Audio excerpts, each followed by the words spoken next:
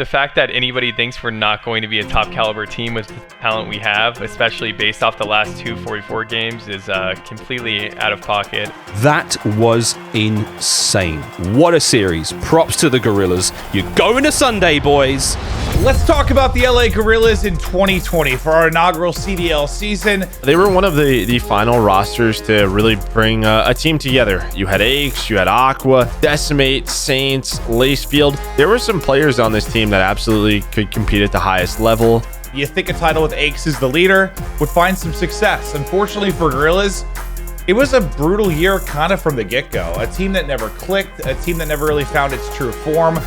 They made a change really, really early with 3 players out, 3 new players in. They tried to bring in 2 young guns in Vivid and Spart. My 2020 season started off in Challengers, and then closely after the Minnesota event, mid-February, the Guerrillas contacted me and brought me on as a starter right away. With Vivid, I think they found a great player. He had an immediate impact in Search and Destroy. He looked really solid. Blast came in as well and was putting up big numbers in the main AR position. But as far as beating teams, never really happened. Based on our results last year, it wasn't that much of a surprise for me that they were going for a complete overhaul. But I'm just thankful that I'm still a part of the Guerrillas and looking forward to make it a better year this year. You've dealt with so much this year. You just have to get past it somehow. You have to have the mental fortitude to do it. Well, about a week in after champs, basically the way this Guerrillas team was sort of formed was they kind of hit me up saying they were interested in playing with me. I'm interested. Let's do this like now. And then obviously Vivid was interested, and I think Vivid is such a great player. I feel like he's going to be doing really well in the next couple of years. Vivid, non-stop in the Search and Destroy. Easily one of the most devastating players we've seen in the league when it comes to the game mode. Shortly after the season, Bevels approached me and told me that they were going to keep me and that we were going to build around me. And then from there, Assault was someone that I wanted to play with. And then he was obviously high on both him and Silly because he won the championship with them. Silly has been a highlight machine here at 21-11. I kind of knew I wanted to go to LA Guerrillas before, we were even released from Rocker. Team dynamic and just like having a hardworking team is a big thing for me. For me to play my best, I need to know that my teammates are doing like everything in their power to make the team better. With a coaching staff of like Bevels and Ricky, I know I'm gonna have good coaches. I'm gonna have coaches that work hard, coaches that really study the game and do what they're supposed to do. I pretty much fully committed to LAG from the jump. My mom was born in Southern California. When she was my age, she lived in Hollywood. My home's only 4 hours away. It was pretty much the prime time location.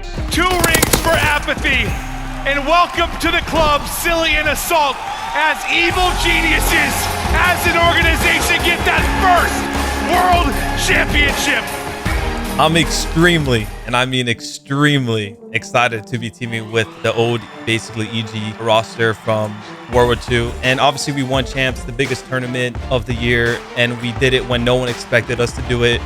They didn't even make stage 2 playoffs, Clint. They were 1 map away from not even making it to bracket play, but the boots are back on the ground. We came out hot.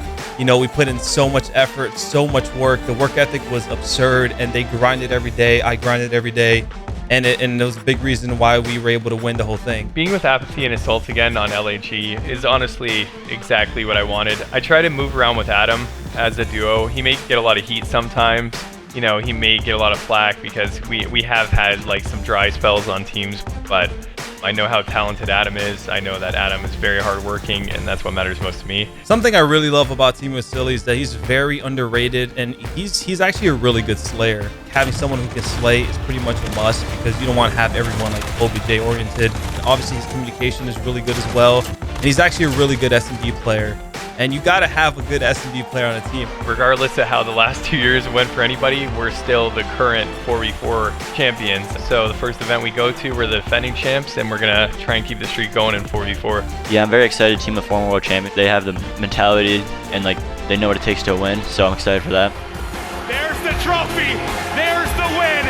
Evil Geniuses are your 2018 Call of Duty World League champions. So me and Silly are probably the closest out of the 3 of my teammates. Me and him talked throughout the season from before I was picked up onto the pro team and during the pro scene.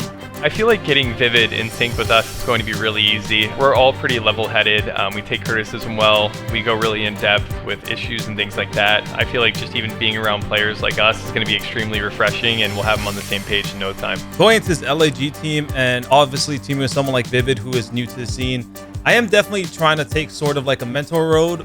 At the same time, I'm just going to work really hard to get us on the same page and learn the game the best way. This year, I'm not going to be slacking at all. I'm going to be putting in a lot of time and watching a lot of VODs. I should be captain. You know, I'm the longest running player on the team by far. I've been playing the longest. You know, I'll probably be doing most for interviews. You know, I do a lot of strategy stuff with the team. I do a lot of VOD stuff by myself. I definitely feel like I am deserving of that role. It definitely has not been talked about yet, but it's something I would love to take on. I think the roles for this Los Angeles Guerrillas team make a lot of sense. Assault, always been a main AR. There you go. Bang. Apathy, always a main sub. Vivid, the time we've seen him, he's been a great submachine gun player. And Silly has been a flex in the past. We've seen him with a sub. We've seen him with an AR. We've seen him in the flex. So I think from a role standpoint purely, the team makes a lot of sense. This is an all or nothing change for the LA Guerrillas. Success for me in the 2021 season, hopefully winning a couple tournaments on the way, but at least being a top team all year long.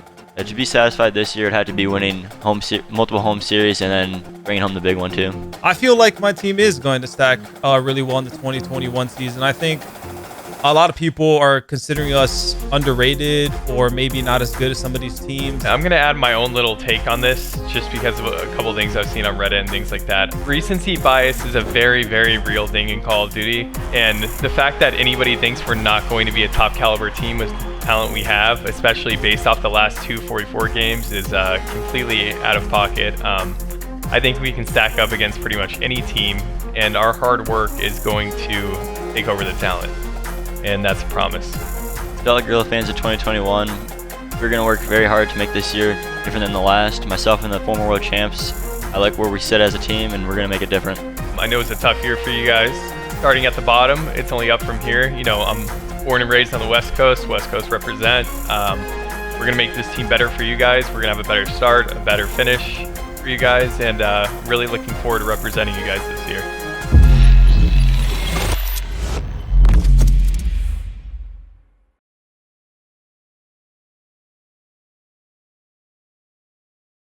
It's difficult, man. We have cut down to 4v4 and stuck with 12 teams. This is going to be the most competitive Call of Duty league ever in the history of Call of Duty. It's going to be ridiculous.